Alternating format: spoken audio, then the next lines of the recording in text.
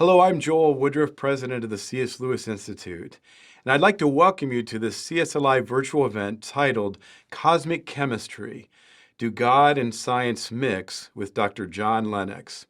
Dr. Lennox is Professor of Mathematics Emeritus at the University of Oxford, is also a fellow in mathematics and the philosophy of science, and also a pastoral advisor at Green Templeton College, Oxford.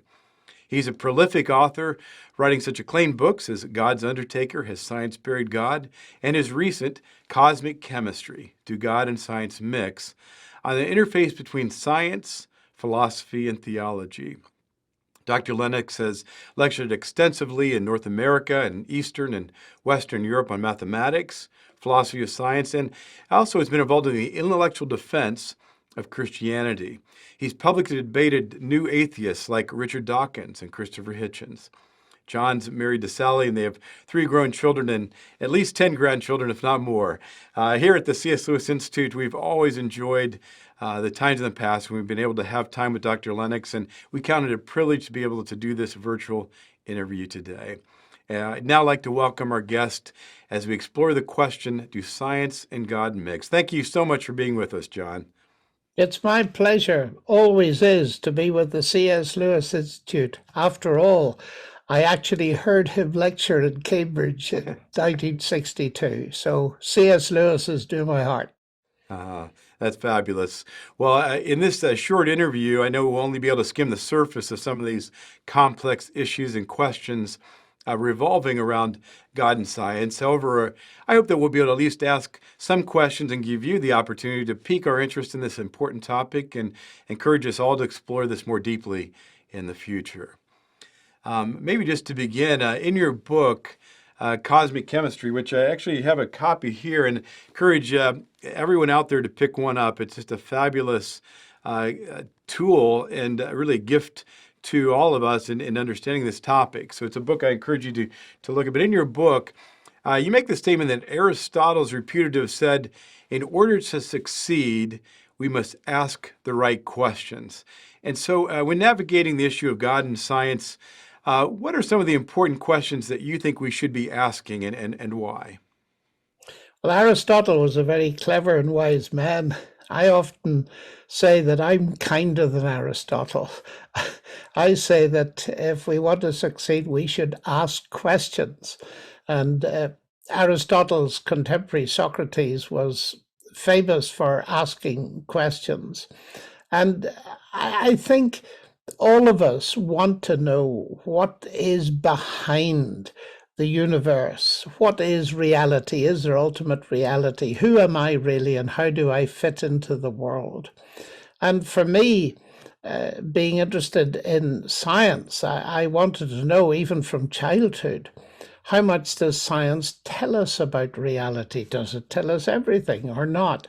And then if it doesn't tell us everything, as I very soon began to see it didn't, how does it fit into that bigger picture? How does it, in short, help me form my worldview, my set of answers to the big questions?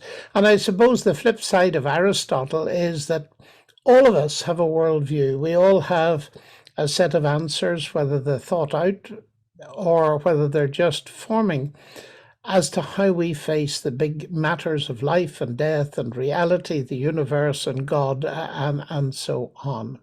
And really, we can discover some of the best questions by asking children. Who am I? Where do I come from? Where am I going? Is there a meaning to life? And so on. Well, these important questions. It is interesting that children sometimes can get really to the core and to the essence of the questions we're all asking.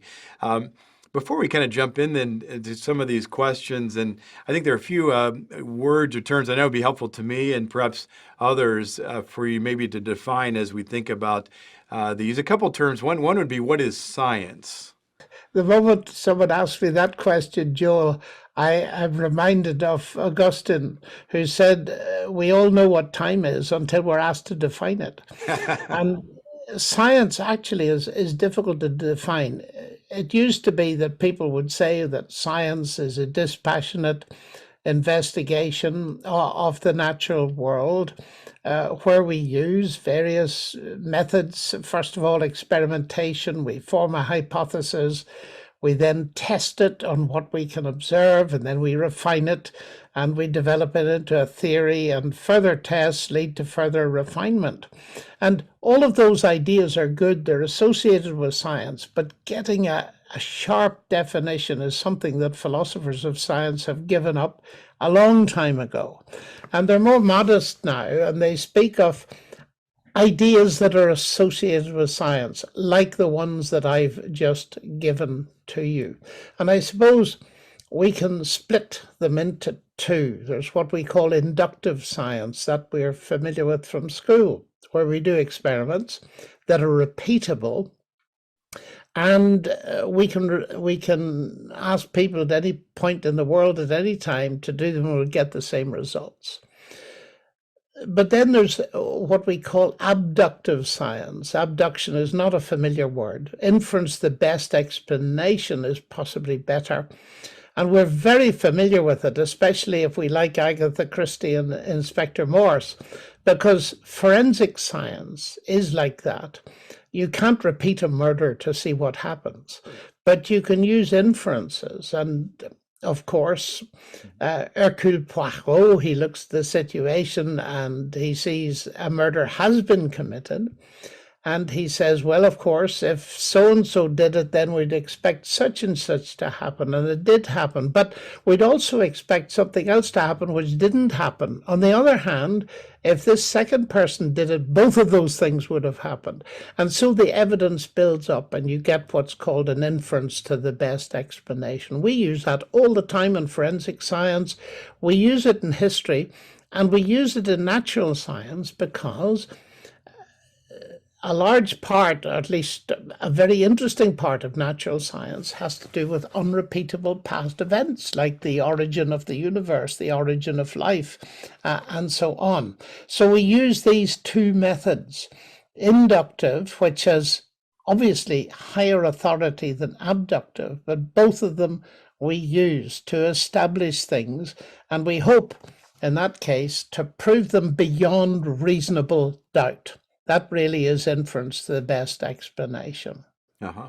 Oh, that's very helpful, I think, to look at these two approaches to science. And I think, at least I know in Christian terms, we might talk about the idea of finding truth.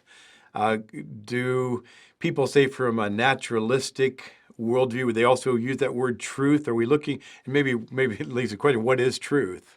Well, if they don't use the word truth, they should, because you see, there are very few natural scientists who are relativist or postmodern in saying there's no such thing as truth, at least in science, because the whole presupposition of the way in which we do it is that science is worth doing because there's truth out there that can be accessed. Now, the great scientists will tell you that there's no absolute certainty, but science is worth doing because we can access enough and be certain of it enough to make real progress. So it is felt that Newton accessed a great deal of truth, but he didn't get quite as close to it as Einstein did, and so on and so forth. So there is that presupposition on the part of the vast majority of scientists. And as a friend of mine put it, people are only relativists in areas they don't deem important, but scientific results they do deem important. And you will see that very easily, because if you criticize a scientist and say your results are not true, you'll see whether he believes in truth or not. That's a good test right there, isn't it? Yes. Well, you mentioned the idea that even in forensic science, that we don't always have absolute certainty. And so what role would you say the term faith, how does that bear on both science, religion, whether you're a naturalist or a theist? What does the word faith mean, do you think, in this discussion? This is the most important question, actually, and you're hitting it at exactly the right point, because often people today, particularly under the influence of the men you mentioned, Dawkins and Hitchens, feel that faith is a religious word and it means believing where there's no evidence. Now, that is false, twice false, so to speak, because faith is an ordinary word and it comes from a Latin word, fides, from which we get fidelity, and it conveys trust, confidence, evidence-based belief. And so what I want to say is two things. First of all, science and faith in that sense are intimately bound up together. The scientist has a credo, things that she believes. And one of those things, the central thing perhaps, is that the universe is rationally intelligible. That is, we can understand it, at least in part, with the human mind. And Albert Einstein, to quote him again, once said he could not imagine a genuine scientist without that faith. And he used the word faith. He was not talking about faith in God. He was talking about the faith that you need to do science at all. You need to believe, simply put, that science can be done. In other words, you need to believe that human reason can penetrate and understand what's going on out there. So that is the fundamental faith of scientists. And for me, that's a very important thing to observe. It doesn't sit in contradiction with faith in God. In fact, I'm quite provocative in my book. I say faith in God and faith in science sit very comfortably together. But it's faith in science and atheism that do not sit comfortably together. Now, I'm not a scientist, but was a history major in college and always found it helpful to understand the history of thought around a particular issue. And in reading some of the popular publications and scholarly works, it might appear that modern science rose to prominence out of a naturalistic worldview. Is that true? And if not, what are the roots then of modern science? Well, interestingly enough, it isn't true, although many people believe it. The roots of modern science, and you're speaking carefully as a historian, and history is hugely important. In fact, history is one of the supreme areas where abductive thinking is used. And so we scientists often speak of historical science when we're talking about the past. But one of the things I learned very early on, and I learned it from C.S. Lewis, was the fact, and I'll quote him here, that men became scientific because they expected law in nature. And they expected law in nature because they believed in a lawgiver, a legislator. And this is the very interesting observable fact that if you start, say, with Galileo and move on to Kepler, Newton, Clerk Maxwell, Faraday, and quite a large number of the pioneers of modern science, they all believed in God. Mm-hmm. And that is no accident. It has been observed, it has been studied, and there appears to be a very close connection between the biblical worldview that prevailed at that time in the 16th and 17th centuries, particularly in Europe, and was the foundation. And the reason is fairly obvious. In fact, there are several reasons. The first is that if you believed in a rational, intelligent God as creator, that legitimized doing science. And those who accepted the Bible could read on page 2 that God told the first humans to name the animals. And of course, the significance of that is obvious. Taxonomy is the basic scientific discipline, naming things. So there is God encouraging biology to be done, a thing which many people have missed. So that the notion of intelligent creator and doing science fitted beautifully together. But that thesis has been developed, and the second professor of science and religion and in Oxford, Peter Harrison, who's now back in Australia, very distinguished historian of science, he has developed a second thesis that not only was it the biblical worldview of creation. It was the attitude of the reformers at that same time to the biblical text, that instead of applying fanciful theories to the text, mystical, etc., and assuming them and going to the text with their mind made up, they went to the biblical text and said, what does this text say to us? And that attitude came over into science, where people looked at the universe and said, look, we're not going to make up our minds what it's got to be like, as Aristotle, for example, suggested that all perfection is circular. So the planets must move in circular orbits. No, we'll go and look and see. And Kepler was the man who made that breakthrough. He was trying desperately in studying the motion of the planets, to fit them into circular orbits, and he was too good an observer to fudge it. And in the end, he gave up and left the circles behind and looked to see what nature told him, and very rapidly came to the conclusion that the planets moved in elliptical orbits, equally perfect with the sun at one focus. So this shows that that biblical worldview was crucial. A third point, in fact, historically it was the second point, is that it was clear from the biblical record that the universe is contingent. That means that God could make it any way he liked. So if you want to find out, you just have to go and look. And again, that supported the observational, empirical, scientific inquiry. Well, that's fascinating. And I don't think I've ever maybe heard it put in that way, that even the approach to Scripture influenced maybe the approach to studying the natural world.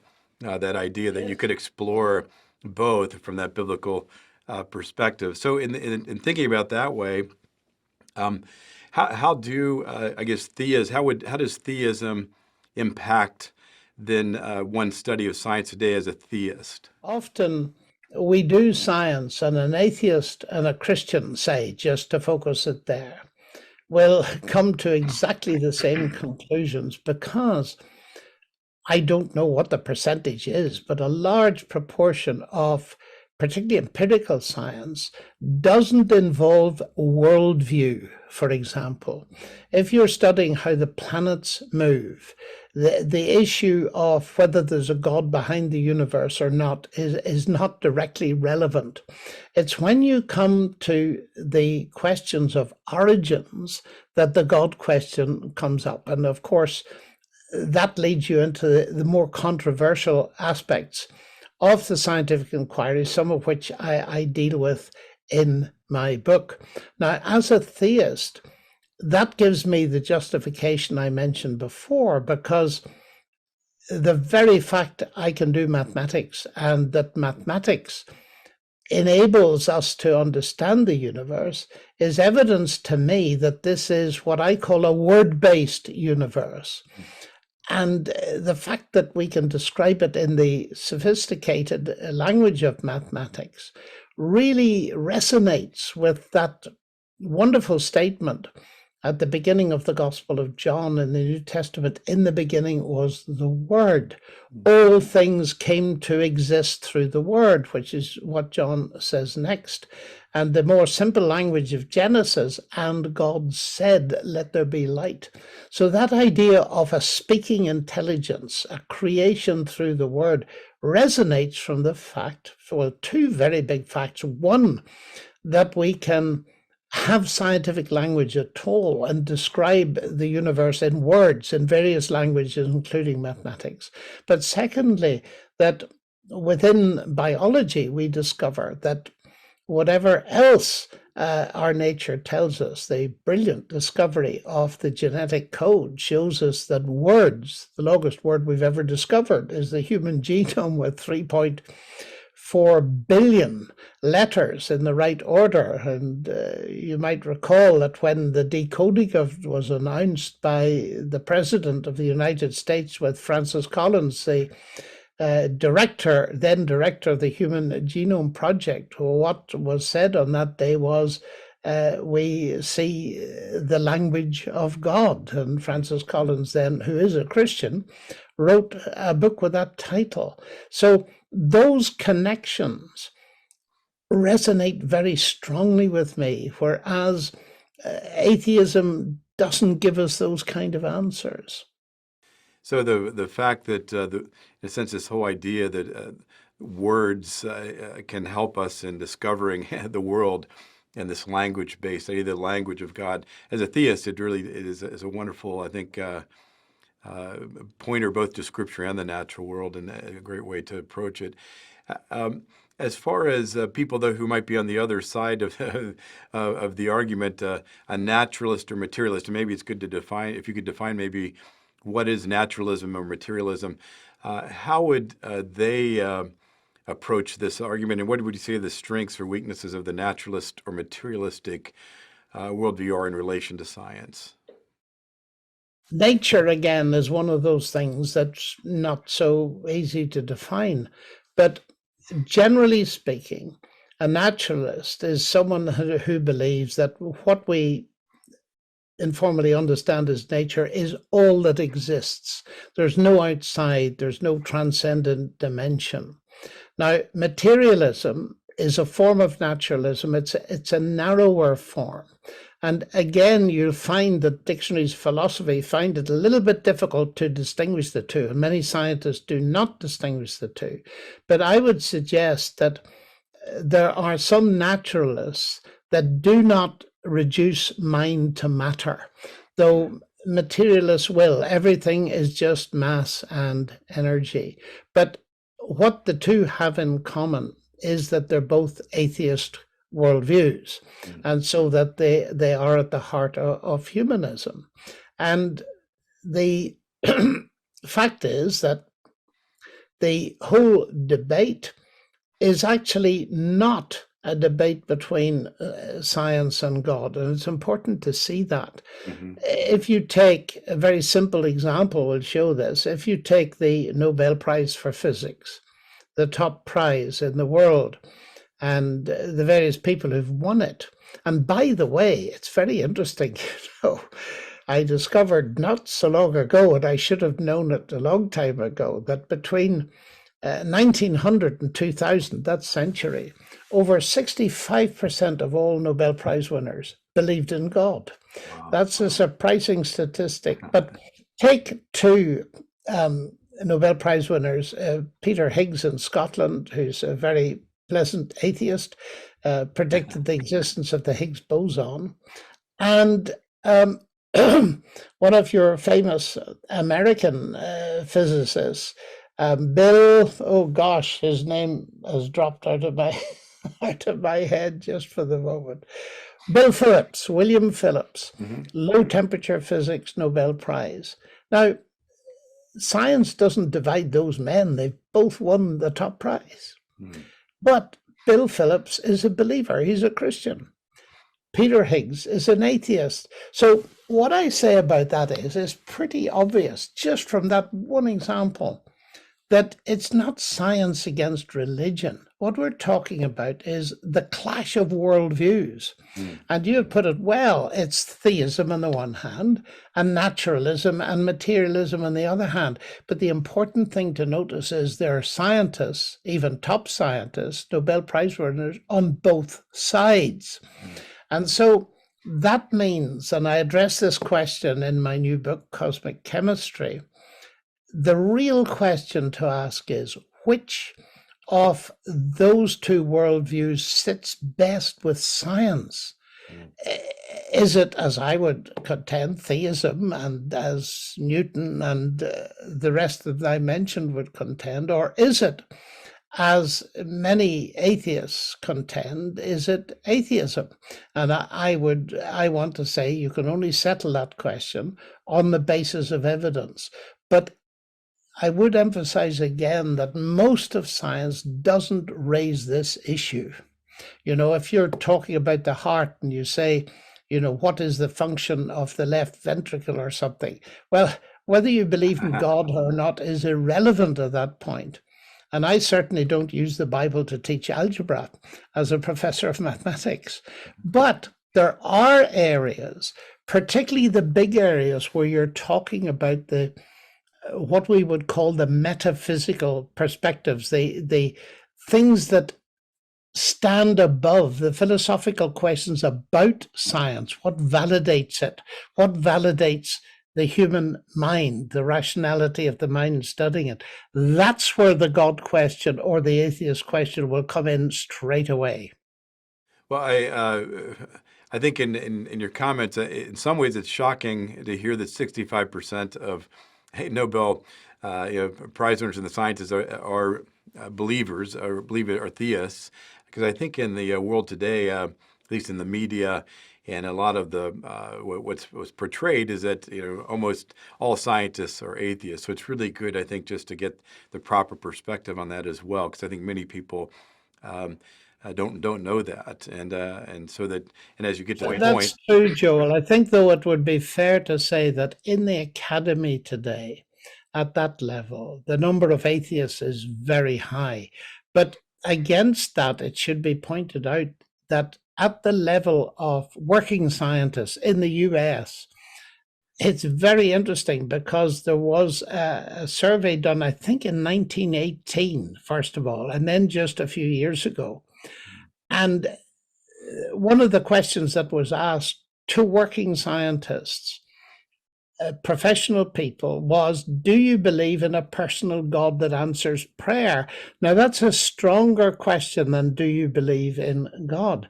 And in 1918, if I've got it right, the Luba survey, I think it was 38% said yes, they did. And it had only moved by at most 2% 70 years later.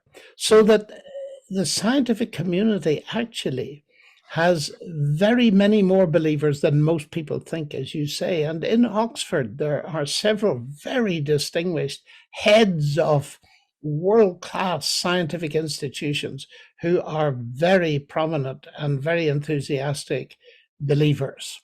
When I think you make a good point that when it comes down to science, I mean, if I have a cardiologist checking out my heart, whether he's a theist or an atheist, as long as he knows how to repair that heart and the science behind it, I'll be happy in that sense. And that both could agree on how that works. So it really does get down then to worldviews. And I think some of the initial questions we discussed, the origins of the universe, where do we come from, how do we get here? In thinking about those origins questions, uh, what would maybe a couple of examples for you that you have found from science that would, even from a forensic science perspective, give us a reasonable belief that there is an intelligent designer behind the universe or creator behind this, and that we're not just here as a result of random molecules banging up against one another? I would first of all cite physics. And I'd cite physics first because it's not so controversial. If you go to biology first, there's a lot of controversy in the contemporary world, particularly in North America, about evolution and so on. But, whatever evolution does or doesn't do, it all depends on the fact that this universe appears to be what is called fine tuned for life. Now, that means that the fundamental constants of nature, these things that physicists talk about, have to fall into a very narrow range in order to have a universe on which carbon-based life is possible. And the fine tuning is so clearly scientifically established that it demands an explanation. And of course, there's a huge rush to give an explanation. The late Stephen Hawking observed it, and he felt that he could solve it by coming up with the idea that the universe created itself from nothing. And I've actually written a book about that because I was just staggered at his statement. And his statement goes like this: because there is a law of gravity, the universe can and will create itself from nothing. And I really, and have great respect for Hawking, a genius of a mathematician, the late Stephen was. But the logic fled him when he made that statement, because to say because there is a law like gravity, and then say, which is something, and then say the universe created itself from nothing is a flat contradiction in terms. But secondly, and even worse, I think logically, the idea of something creating itself doesn't make any sense at all. If I say that X creates Y, roughly speaking, it means if you got X, you might get Y. X will produce Y. But if I say that X creates itself, X, then I'm inclined to say that nonsense remains nonsense, even if very intelligent scientists talk it. And what I find fascinating is that the number of advanced cosmologists who retreat into this universe creating itself from nothing, it would appear that it's, and forgive me if I'm wrong, but it seems to me a desperate flight into unreason to avoid the much simpler and more rational explanation that the fine-tuning is the result of the universe having been created by an intelligence. And there are some very leading physicists around, like my former teacher of quantum mechanics, Professor Sir John Polkinghorne, who espoused this point of view. And therefore, I would feel that fine-tuning, getting the universe just right. I can tell you a little story, actually. I met in a debate a really well-known atheist from Oxford, who is a professor of philosophy, and he invited me very kindly to address his students and on the question of God and science. And he warned me that the students were mostly atheists and they would tear me apart. But he said, I hope you will use the best argument there is for theism. And I said, well, I'd be delighted to use it if you tell me what you think it is. And he said, fine-tuning. He said, if ever I were to become a Christian theist, it would be fine-tuning that would be the thing that convinces me. Now, the interesting thing is, in the scientific world, very few people have questioned fine-tuning. The late Victor Stenger was one of them, and I had a confrontation with him on one occasion. But there's a very brilliant Christian person who's written, I think, the definitive book on it, Luke Barnes, an Australian cosmologist, that is well worth reading. So I would start there. If it comes to biology, I think that whatever we do or not make of evolution, and I discuss it a great deal in my book, because since I wrote God's Undertaker, out of which this book has arisen, it's a complete rewrite, it's a completely new book, there has been huge developments in what's called systems biology. And what has been very interesting to me, Joel, as a non-biologist, is to watch how the whole question of the adequacy of the Darwinian mechanisms of natural selection, that kind of thing, are being rapidly questioned and undermined to such an extent that one of the father of systems biology, who I know in Oxford, Professor Dennis Noble, a genius, the first man to make a mathematical model of the beating heart, he's a physiologist of the first order, has publicly said that the neo-Darwinian synthesis does not need to be modified, it needs to be replaced. And what they're coming up with is vast and mind-blowing levels of sophistication and complexity. The DNA is complex enough, as I mentioned earlier, but epigenetics shows many more levels of complexity. And although it's not absolute proof, of course it isn't, it sits in my mind as even stronger evidence of a mind behind the universe. And one of my reasons for writing this book is to bring people up to date with what's going on, because it is very exciting what some of these scientists are saying now that they're beginning to see that the neo-Darwinism, it solved some simple problems. It told us a little bit about variation and why we look different and why different finches have different length beaks, but it doesn't solve the ultimate problems. And of course, and I'll make this the last point here, whatever evolution does or doesn't do, it doesn't solve the central problem. and that is the origin of life. Mhm. Because, of course, life has to be there for evolution to get going, so evolution cannot explain it, which is again a point that has been missed for years, because Richard Dawkins, he tended to obfuscate the two and say that Darwin's mechanism was responsible, I quote, for the existence and variation of all of life. And in the end, he had to retract that, and I'm glad he did. It sounds like it all comes down to that question of what brought everything into existence, and what is that origin? I remember in classical philosophy we talked about the prime mover, but I know that might not be the best way of looking at it. There has to be something that always existed that created what we have today. And it is interesting you mentioned Hawking's, as you mentioned, kind of an irrational statement that somehow this world came out of nothing because gravity is a law, and it does seem like theism offers a solution to that problem that certainly appears to be a better solution than what we're getting from Hawking and some others. So when you think about the world today, it sounds like there's a lot happening in science and even in the discussion of evolution.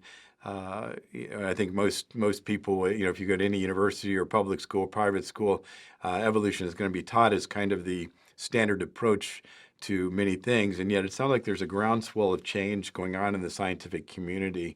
What do you think are the opportunities for bringing about a change in the scientific community in looking at the origins of life today? Are there some things that you think that might help people begin to reconsider some of the ideas that they'd held so strongly for so long?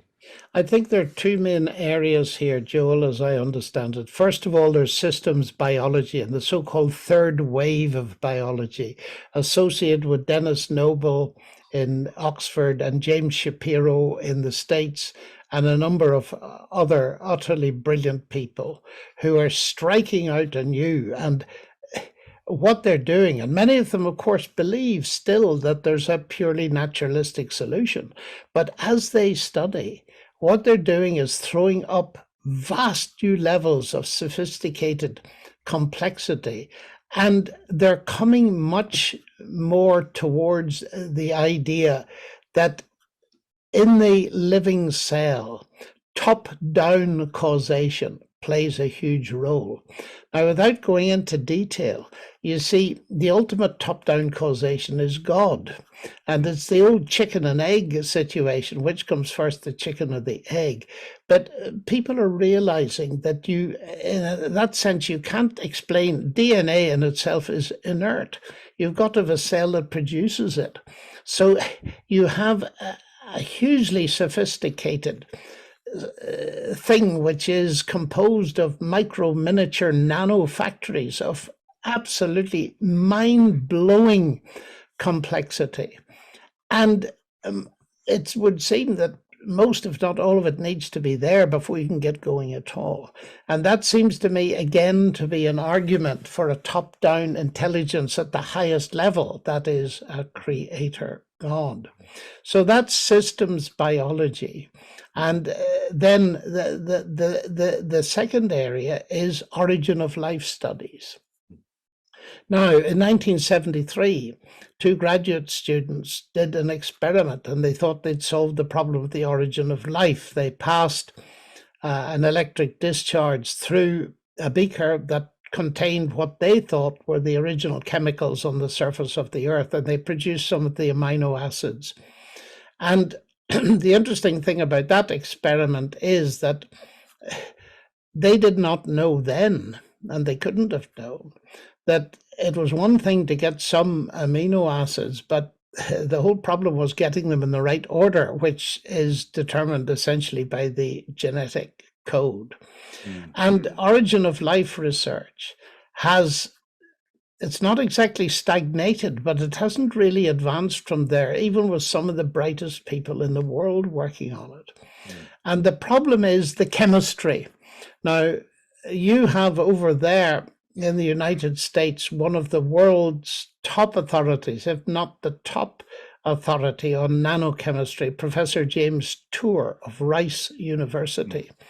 And I would strongly recommend anybody who's watching this discussion, because he's the expert, I'm not, to look up Jim Tour's work, because it's absolutely fascinating.